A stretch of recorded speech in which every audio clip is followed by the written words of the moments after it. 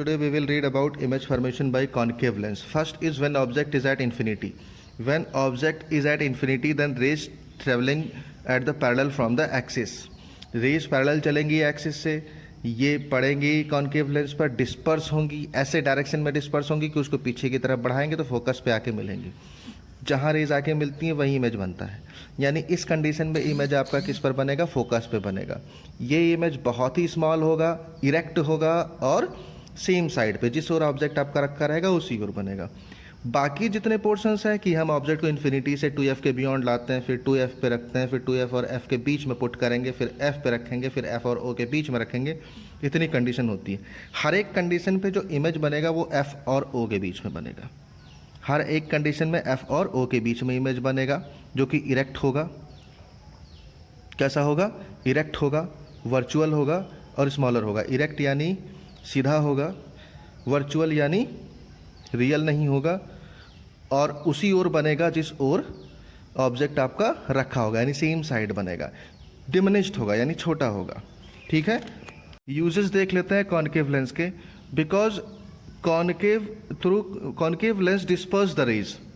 Concave lens light rays को क्या करता है? डिस्पर्स करता है. तो इसका मोस्टली यूज जो किया जाता है वो और कहीं हम नहीं कर सकते. मोस्ट ऑफ से यूज़ कर सकते हैं स्पेक्टिकल्स में, जो कि हम यूज़ करते हैं. यानी स्पेक्टिकल्स में इसका शॉर्ट साइडनेस के लिए इसका यूज़ किया जाता है. उसके बाद मैग्नीफिकेशन आता है.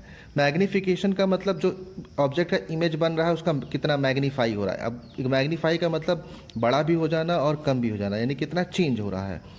इसके लिए केवल फार्मूले हैं आपके सिलेबस में. नेक्स्ट क्लास में आप इसको पढ़ेंगे, इसका डेरिवेशन भी पढ़ेंगे. डेरिवेशन आप में इंक्लूड नहीं है इस. ठीक है. तो मैग्नीफिकेशन का फार्मूला क्या होता है? जो ऑब्जेक्ट आपने रखा है उसकी हाइट देख लेते हैं या साइज देख लेते हैं, वो ओ हो जाता है.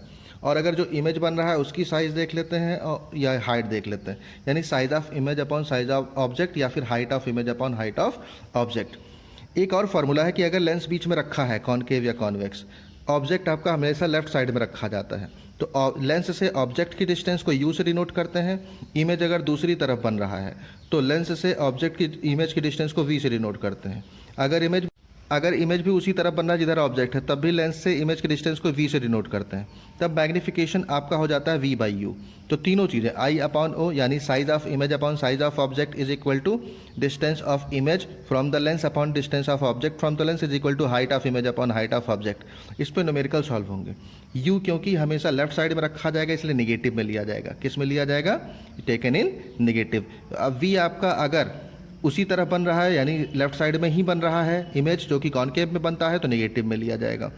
अगर इमेज आपका राइट साइड में बन रहा है जो कि कॉन्वेक्स में बनता है, केवल एक रूल छोड़ के, जो एफ और ओ के बीच में ऑब्जेक्ट रखा जाता है तब लेफ्ट साइड में बन जाता है. अगर राइट साइड में बन रहा है तो प्लस में लिया जाएगा. Okay, is it clear? इसके बाद लास्ट टॉपिक आपका आता है इसमें power of lens. Power of lens क्या होता है? ये रेसिप्रोकल होता है, यानी it is a reciprocal of focal length. यानी पावर इज इक्वल टू क्या हो जाएगा? 1/f. कब? जब फोकल लेंथ हम मीटर में लेंगे. अगर फोकल लेंथ सेंटीमीटर में ले रहे हैं तो 100/f सेंटीमीटर में हो जाता है. इसका यूनिट होता है डायोप्टर, यानी डायोप्टर में हम इसको लिखते हैं.